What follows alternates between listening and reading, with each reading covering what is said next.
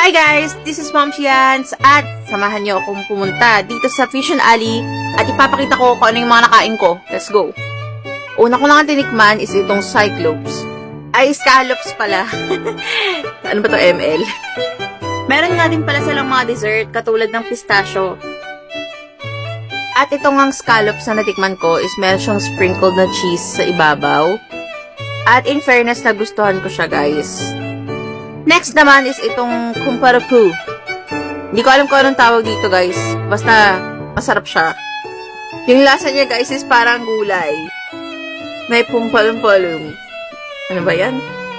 Siyempre nagustuhan ko nga itong scallops kaya nagdagdag ulit ako ng isa pang order at kinain na nga ng babae.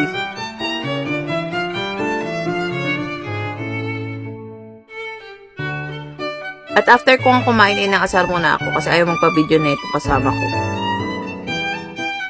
At dahil di nga tayo nabusog kaya naghanap na nga ulit ng ibang kakainin. At natagpuan ko nga si Boss P Grilled Seafoods. Nakuha niya attention ko dahil meron siyang kapareho sa Siargao which is yung oyster kaya nag-order kami agad-agad. At ngayon ko lang nalaman na napakasarap pala ng grilled oyster with cheese. At yung kasama ko nga is enjoy na enjoy siya habang kinakain namin yung grilled oyster. At syempre, burao tayong babae kaya manghihingi pa tayo. At may isa pa nga ako tinikman itong grilled shrimp. And na-enjoy ko din talaga yung lasa niya kasi malinamnam siya. Habang naglalakad-lakad nga kami, nakita ko tong Xiaolong Bao na katulad ng kinain ko sa Binondo. If hindi nyo pa napapanood yon, check nyo na lang sa wall ko. Siyempre, hindi makukumpleto ang pagkain pag walang panulak.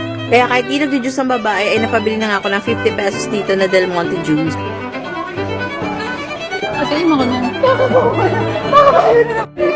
At yun lang guys, nag-book na kami pa uwi dahil busog na ang babaeng ini.